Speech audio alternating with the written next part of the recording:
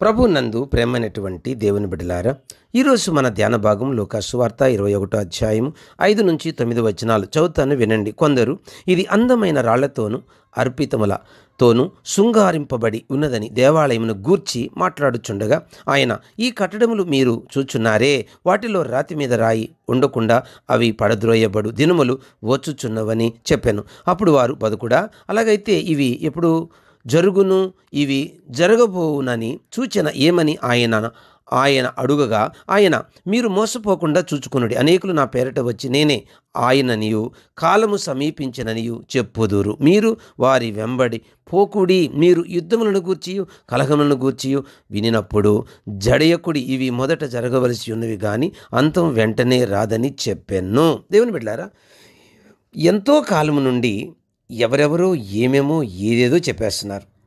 నాకు తెలిసి ఇప్పటికే 2010 అని, 2012 అని, ఇక 2000 సంవత్సరం అని, ఇంకా రకరకాల, ఈ మధ్యకాలంలో అయితే 2028 కల్లా అంత అయిపోతుందని రకరకాలు చెప్పేస్తున్నారు. మీకు ఒకటే చెప్తున్నా, ఈ భూ సంబంధంగా ఎవరు ఏం చెప్పినా వినొద్దు.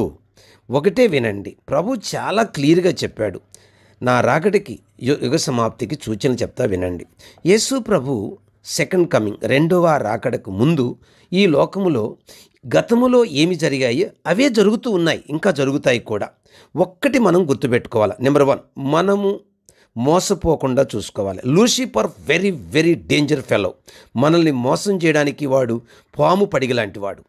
ఎప్పుడైనా కాటు వేయచ్చు. దేవుని బిడ్డలారా, మనము మోసపోకుండా ఉండాలంటే ఎడతెగని ప్రార్థనా జీవితం మనకు ఉండాలి. ఎడతెగని ప్రార్థన జీవితం మంచి ఆత్మ సంబంధమైన దేవుని వాక్యం, ఆత్మ సంబంధమైన పాలతో కూడిన వాక్యం మనం కలిగి ఆత్మచేత నడిపించబడుతుంటే లూసిఫర్ మన దరిదాపులు కూడా రాలేడు. కాబట్టి మొదట మోసపోకుండా చూసుకోవాలి.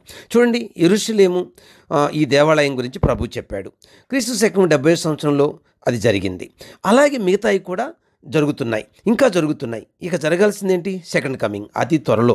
ఎప్పుడు డేటు చెప్పాల, సమయం చెప్పాల, చెప్పడు. చెప్తే చాలామంది ఎంత తెలివి కల్లోళ్ళంటే ఆ టైంలో, ప్రభువా నేను పాపిని, అందుకే అస్సలు చెప్పలేదు. మీరు ఎలా ఉండాలంటే ఈరోజే ప్రభు వస్తాడన్నట్టు ఉండాలి, లేదా ఈరోజే నా ప్రాణం పోద్ది అన్నట్టు ఉండాలి. అలా ఎప్పటికప్పుడు సిద్ధపడితే నువ్వు నరకానికి పోవు, నేను నరకానికి పోవు. అర్థమైందా? దొంగ భక్తి, వేషధారణ భక్తి, నటనా భక్తి దేవుడికి ఇష్టం లేదు. మనం హార్ట్ఫుల్గా యేసయ్యను ప్రేమిస్తే లోకానికి గుడ్ బై చెప్పి ప్రతిరోజు మనం సిలువ మోయాలి. అర్థమైందనుకుంటాను. శ్రమలు భరించాలి. ఆ విధంగా నువ్వు నేను జీవిస్తే ఏ క్షణములో ప్రభు వచ్చినా యుగ యుగాలు మన తండ్రితో ఆనందిస్తాం. అట్టి కృప ఇప్పుడే తండ్రి నీకు నాకు ఇవ్వునుగాక. Amen. God bless you all.